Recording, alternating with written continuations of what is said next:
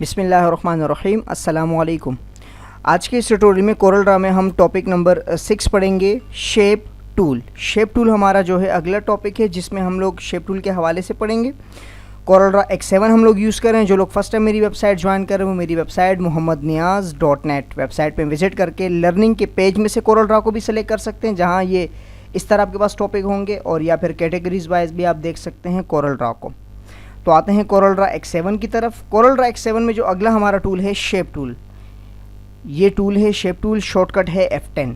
Shape tool क्या करता है, किसी भी शेप को, राइट एंगल शेप वगैरह को या किसी भी ऑब्जेक्ट को उसमें नोड में इजाफा या कमी करके उसकी शेप को चेंज कर देता है। कैसे, इसकी समझने के लिए सबसे पहले पिक टूल मैंने सेलेक्ट किया हुआ, एक मेरे पास राइट एंगल है।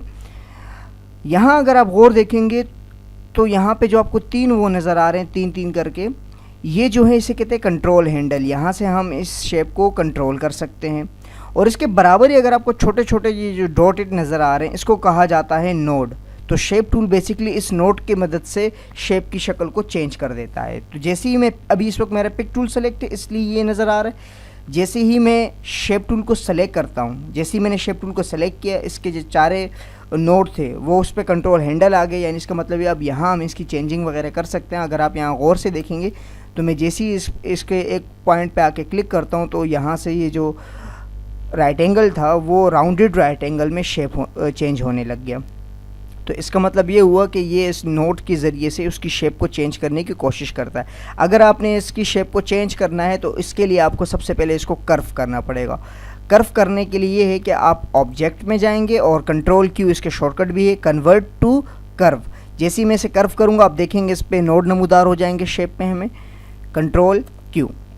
यहाँ गौर से आप देखेंगे नोड हमें नज़र आ रहे हैं। यहाँ नोड में हम कमी करके या उसमें इजाफा करके हम उसकी शेप को चेंज करेंगे। ये देखें, सबसे पहले मैं किसी एक नोड की तरफ आता हूँ और ये देखें जैसे ही मैं उसके करीब आता हूँ तो यहाँ से उसका शेप चेंज हो जाता है। अगर मैं यहाँ से आके उस पर क्लिक करता हूँ, अगर आप प्रॉपर्टी बार देखेंगे या प्रॉपर्टी बार भी चेंज होगी। मैं अगर यहाँ पे आके माइनस करता हूँ तो माइनस करने से वो नोड डिलीट हो जाता है।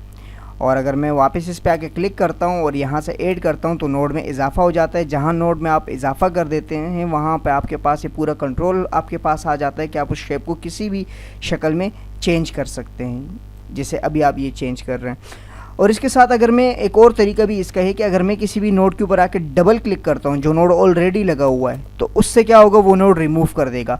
और अगर कहीं पे नोड मौजूद नहीं है, मुझे नोड चाहिए, तो मैं उस जगह पे आके डबल क्लिक करूँगा खाली प्लेस पे, तो वहाँ नोड का इजाफा कर देगा इस तरह। ये देखें, यानी इसका मतलब ये हुआ कि हम आसानी से नोड को ऐड भी कर सकते हैं और उसको हम माइनस भी कर सकते हैं, यानी नोड को रिमूव भी कर सकते हैं। तो ऐड भी कर सकते हैं, रिमूव भी कर सकते हैं। इसके साथ अगर मैं इसकी शेप चेंज करना चाहता हूं तो यहाँ से मैं इसकी शेप वगैरह को चेंज करके किसी भी अंदाज में लेके जा सकता हूँ। तो इसमें घबराने की ज़रूरत नहीं है अगर कोई बात समझ में नहीं आ रही, क्योंकि ये सिर्फ हम टूल पढ़ रहे हैं। इंशाल्लाह जब इसका प्रैक्टिकल हम लोग करेंगे तो प्रैक्टिकल में हमें काफ़ी वाज़ेह हो जाएगा कि ये टूल किस तरीके से काम करते हैं, इन पे हमने कैसे जो है वर्क करना है। यहाँ सिर्फ ये समझना है कि ये टूल बेसिकली काम क्या करते हैं। इंशाल्लाह प्रैक्टिकल जब करेंगे तो उसको और बेहतर अंदाज में हम समझ पाएंगे किस तरह काम करते हैं। तो शेप टूल बेसिकली नोड में इजाफा करके कंट्रोल Q की मदद से आप जो है उसको कर्व करेंगे और उसके बाद आप नोड में इजाफा करके या कमी करके उसकी शेप को चेंज कर पाएंगे। और अगर मल्टीपल आपने इसको चेंज करना है, बिलफर्ज आपके पास बहुत ज़्यादा नोड है, यहाँ पे आपने नोड ऐड किए हुए, यहाँ भी नोड ऐड किए हुए, तो आप सिलेक्शन लगाएं उस पॉइंट के करीब आके और यहाँ से आके इसको यूँ माइनस कर दें तो उसकी शेप बिल्कुल चेंज कर देता है। यहाँ आपने रिमूव करना है तो यहाँ से भी आप कर सकते हैं। ये देखें, तो इस तरह शेप टूल की मदद से आप कोई भी शेप आसानी से ड्रॉ कर सकते हैं। मिलते हैं नेक्स्ट ट्यूटोरियल में। अल्लाह